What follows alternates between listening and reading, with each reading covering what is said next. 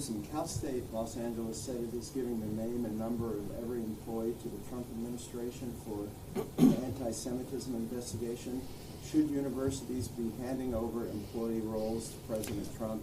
And will you ask for an independent review of Cal State like you did with UC Berkeley? Yeah, and interestingly, and thank you for mentioning, I just received that review, and the compelling case that was made that they legally were required to do what they do. That distills the essence of what was provided to me.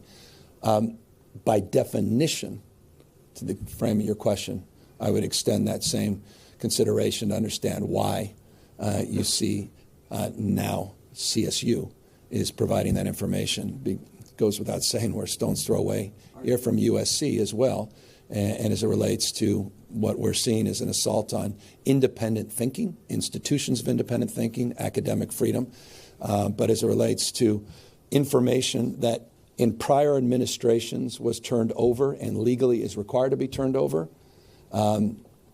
they may be compelled by that. But obviously, we'll take a look at the details, not just some of what we did at UC Berkeley. So you haven't yet decided if you're fully satisfied with that explanation, but that I just received the report. I'm just reviewing the report from UC. I would extend that same criteria as you framed the question as it relates to reviewing the justification for doing something that appears to be similar at the CSU system.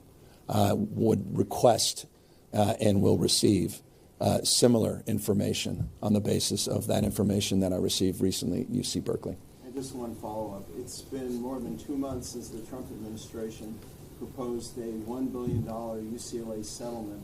Is there a timeline to sign off on a UC deal with you? Well, that's a regental question, and I've made my position very, very clear on that.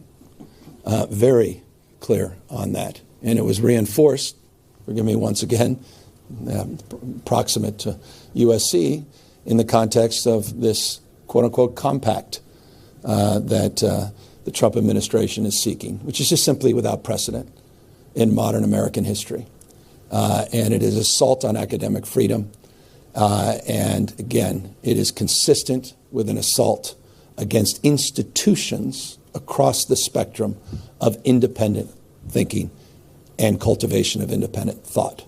And that should put chills up the spine of everybody. And so I am crystal clear that we should not be negotiating on his terms. But on that $1 billion settlement. And that is very much directed to your question about that $1 billion settlement at UCLA.